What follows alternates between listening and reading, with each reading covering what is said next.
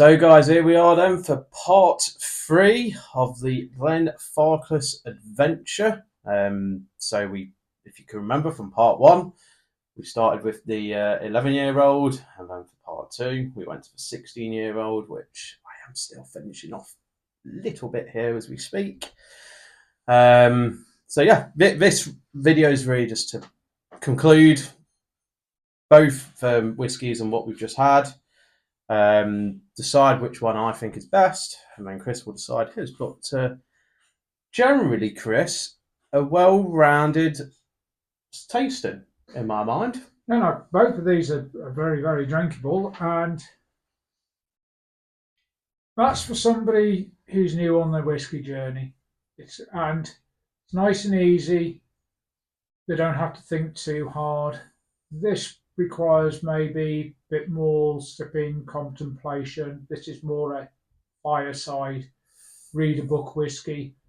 That's the kind of whiskey, if you're into whiskey already, you come home from work, you just want a whiskey.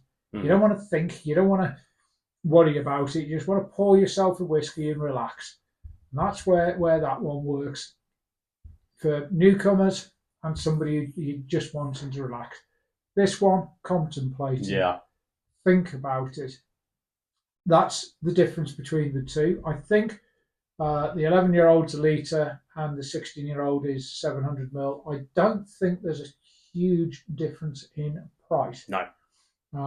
As I say, we've forgotten what the prices were, which is kind of stupid, but hey ho. But they're both pretty reasonably priced. I mean, they are definitely worth, if you're going away, going on a city break, whatever, get to the airport, you're looking at the whiskey, these two are definitely worth buying.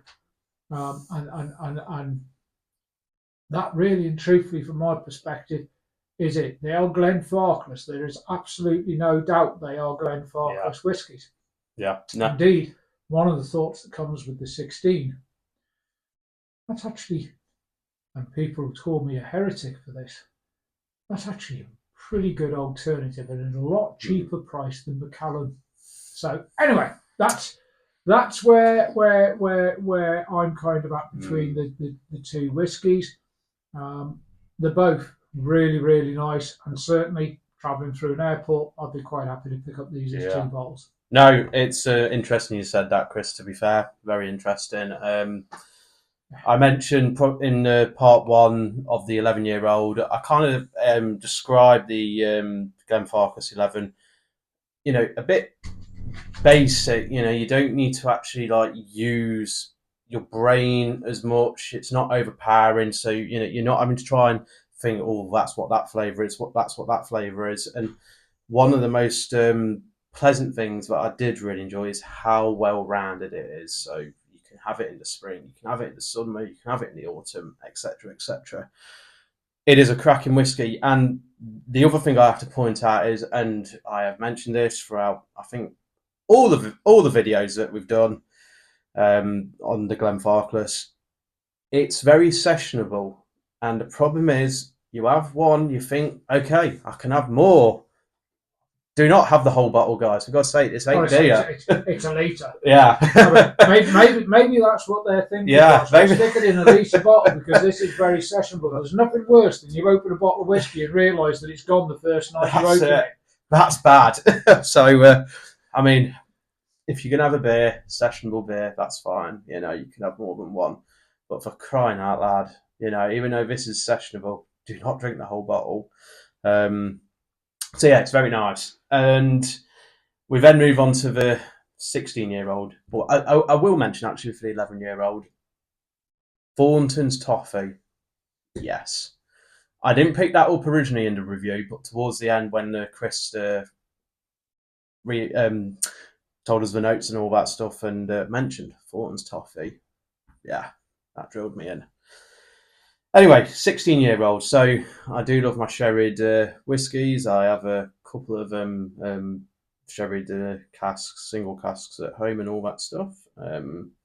I have to admit, though, this is really, really nice. So this, even though we kind of concluded on the previous video on part 2 when talking about the 16-year-old that it is quite rounded, I do think it's definitely a winter whiskey in my mind.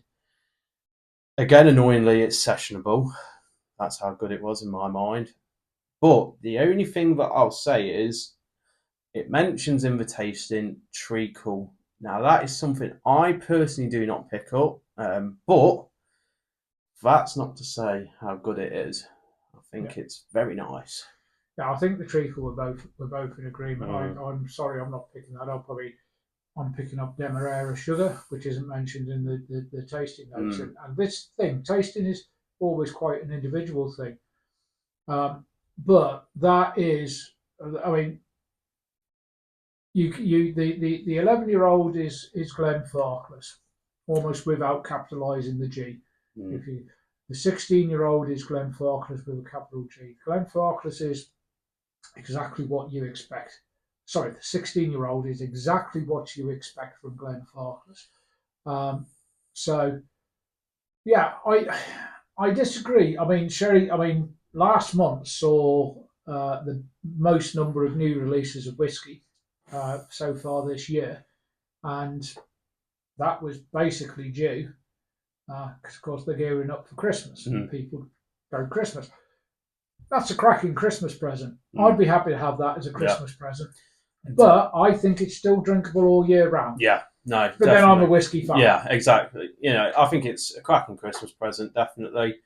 And, as I say, both of them are brilliant. I did mention in part one about the 11-year-old. I'd happily take a punt at that.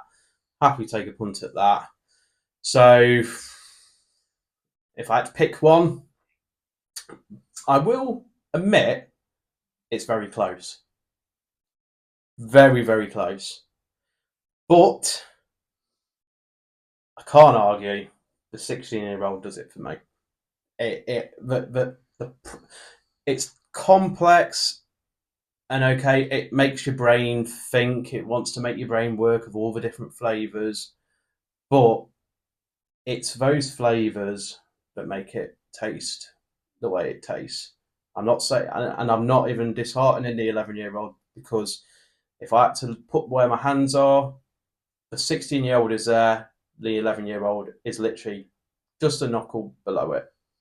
So overall, that's my favourite, but that is very close by.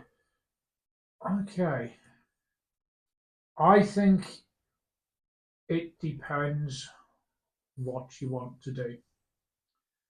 I would argue, and as we've already said, that is a whiskey you don't need to think about. You could stick that in a decanter and pour yourself one whenever you want, and you won't regret it.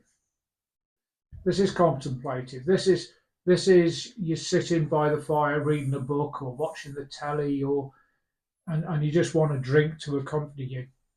Both have their merits, and I think that's why you're saying they're pretty close.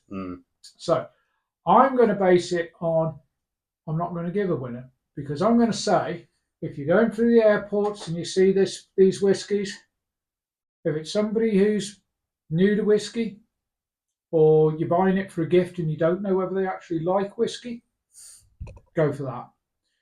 If you're going through the airport and you're buying a gift for somebody, and you know they like their whiskey, go for that. So that's what I'd say on a personal, very, very, very personal preference. If I was walking through the airport, I would probably buy a bottle of each. One for just, I want a whiskey, and one for when I actually want to sit and enjoy a whiskey. So I don't think I can give a winner. That's fair enough, and I think really, to be fair, Chris has actually summed it up very well there. That is someone who maybe starting their whiskey, their whiskey experience or understanding what whiskey is. That might have been probably something for me when I ever first had a whiskey. It's a very approachable whiskey. It's a beginner. It's and then when you work up to the not professional, legendary or professional, but when you get a bit past that beginner's phase, you then move on to something like that. Always in the beginner's phase, but I think that's it is it. Yeah, that's a lovely introduction. Yeah, I mean both of these do Glenfarclas justice. sometimes you find with travel retail that they put stuff there that maybe isn't quite what you want. But I think both do justice to Glenfarclas. Yeah. Both have their place. And I'm sure we're going to be enjoying more of them. Definitely. Anyway, guys, that really concludes part 3 of Glenfarclas. Really, really enjoyed this tasting here, Chris, with you as always. We've now got to write a review about this, which we're really looking forward to doing. But yeah, we'll be back very, very soon. Please make sure, as normal, guys, you give us a good old like, follow our channel, and we'll be back very, very soon with some more beer whiskey content. Anyway, cheers. Cheers, guys. Cheers.